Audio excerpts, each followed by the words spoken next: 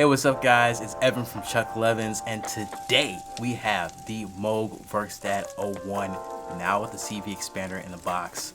I am pumped up. We're about to try it out.